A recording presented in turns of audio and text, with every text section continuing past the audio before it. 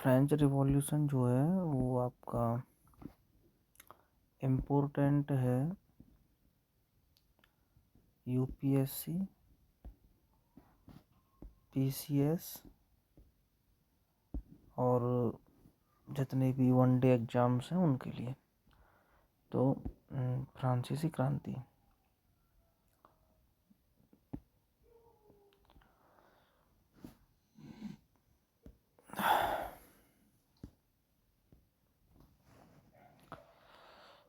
किसी भी क्षेत्र में होने वाली बड़ी क्रांति के लिए जिम्मेवार कारक होते हैं वहाँ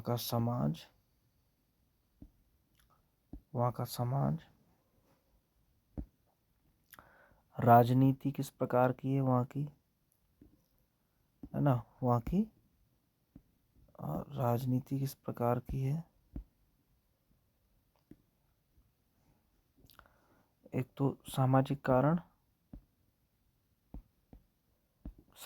कारण और दूसरा हो सकता है राजनैतिक कारण और आपका आर्थिक कारण। ठीक है, तो समाज का ढांचा किस प्रकार का था, वहाँ के समाज का, फ्रांसीसी समाज का ढांचा किस प्रकार का था ये समझेंगे पहले।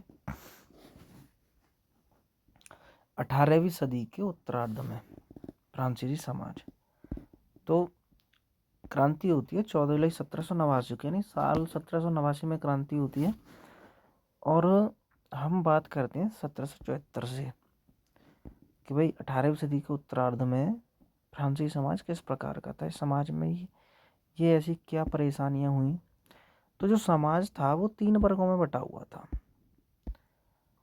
3 वर्गों में इस प्रकार बटा हुआ था फ्रांसीसी समाज। प्रथम स्टेट, द्वितीय स्टेट, तृतीय स्टेट।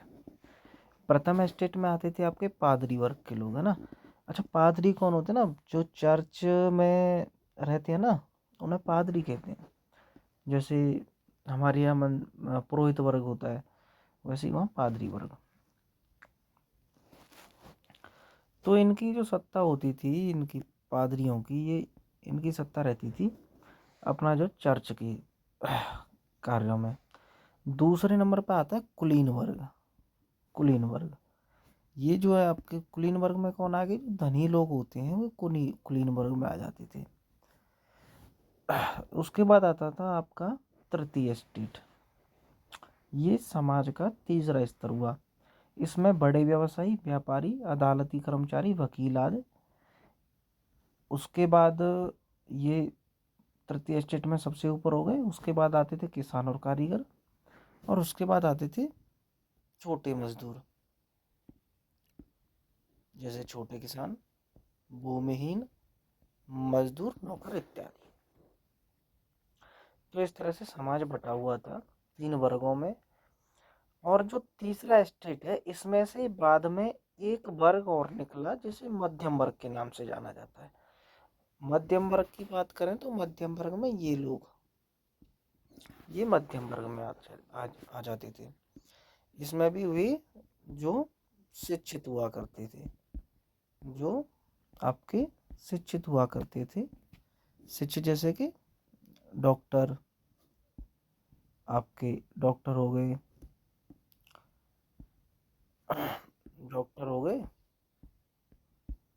वकील हो गए आदि। तो ये था एक फ्रांसीसी समाज का ढांचा। ठीक है,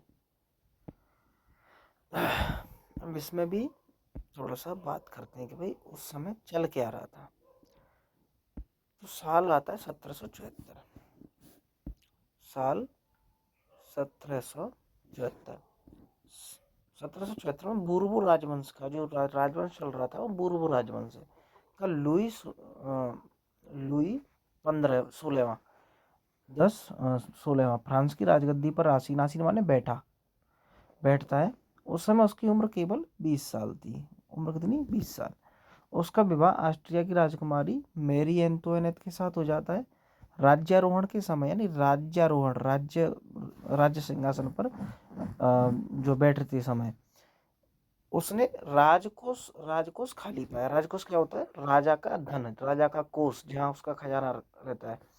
राजकोष खाली पाया। लंबे समय तक चले युद्धों के कारण फ्रांस के वित्तीय संसाधन, जो उसके जो आर्थिक संसाधन थे, वित्तीय संसाधन थे, नष्ट हो चुके थे। वर्साय के विशाल महल और राज दरबार की शानो शौकत बनाए रखने की फिजूल खर्ची मतलब फालतू का खर्चा, बोझ अलग से था। लुई 16वें के शासनकाल में फ्रांस ने अमेरिका के 13 उपनिवेशों को, ये याद रखना, कितने उपनिवेश? 13 उपनिवेशों को साझा शत्रु ब्रिटेन से आज़ाद कराने में सहायता दी थी। अमेरिका और फ्रांस का जो जो कॉमन उन दोनों का साझा दुश्मन था, दोनों का ही, ब्रिटेन से आज़ाद कराने में सहायता दी थी। इस युद्ध के चलते फ्रांस पर 10 अरब लिब्रे, लिब्रे क्या है? फ्रांस की मुद्रा थी उस समय। 10 अरब लिब्रे से भी अधिक का कर्ज और जुड़ गया, जबकि उस पर पहले से ही 2 अरब लिब्रे का बोझ चढ़ा हुआ था भाई। सरकार से कर्जदाता अब 10% ब्याज की मांग करने लगे।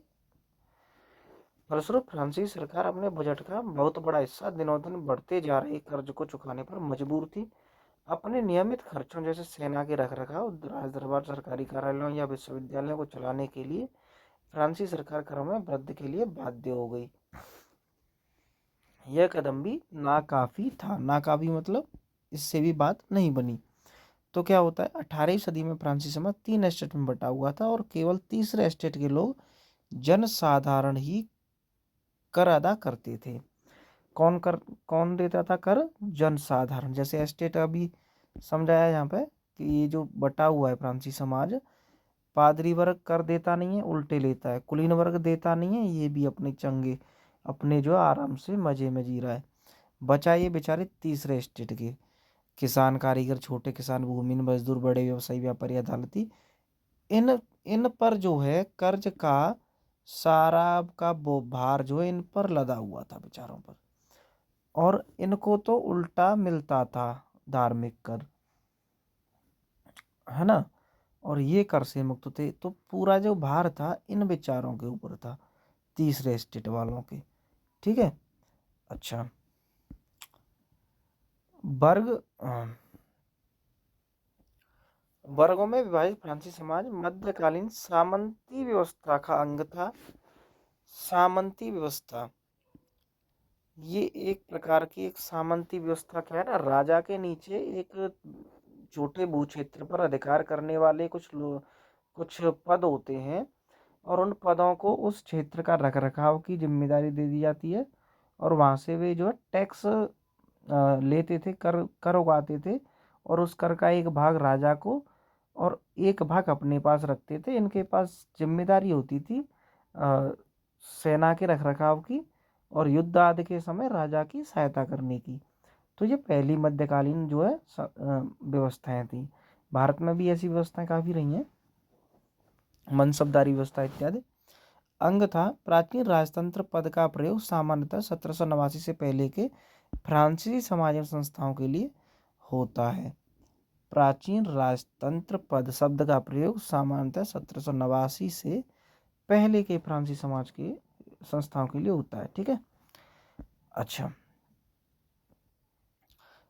जो भी मैंने चित्र अभी जो दिखाया था फ्रांसीसी समाज का, ये वाला, ये है ना, ये फ्रांसीसी समाज को दर्शाता है।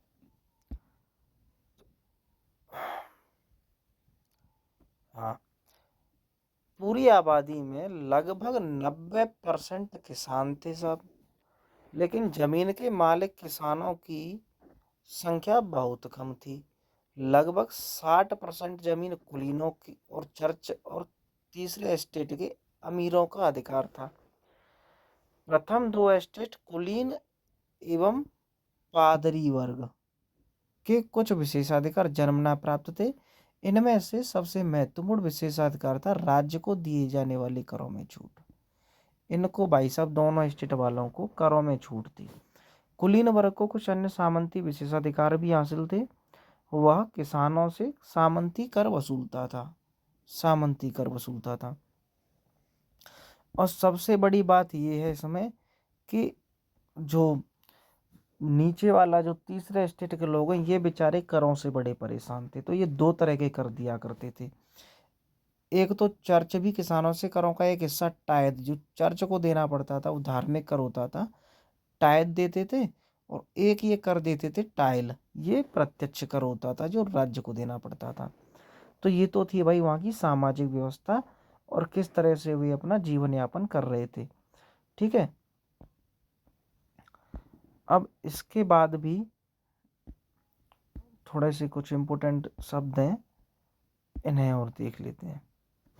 लिब्रे, ठीक है ना, लिब्रे ये तो थी फ्रांस की मुद्रा जो 1794 में समाप्त कर दी गई थी। एस्टेट की बात करें तो क्रांति जो एस्टेट था जो क्रांति से पूर्व फ्रांसीसी समाज में सत्ता और सामाजिक हैसियत को अभिव्यक्त करने वाली श्रेणी। ठीक है, पादरी वर्ग, चर्च के विशेष कार्यों को करने वाले व्यक्तियों का समूह। टायद अभी मैंने बताई था, चर्च द्वारा वसूल किए जाने वाला कर। यह कर कृषि उपज के 10वें हिस्से के बराबर होता था। टायल जो है ये आपका सीधे राज्य को अदा किए जाने वाला कर होता था, टाइल सॉरी, है ना। और ये चर्च द्वारा वसूला जाने वाला कर जो कि 10वें हिस्से के बराबर होता था। ठीक है भाई।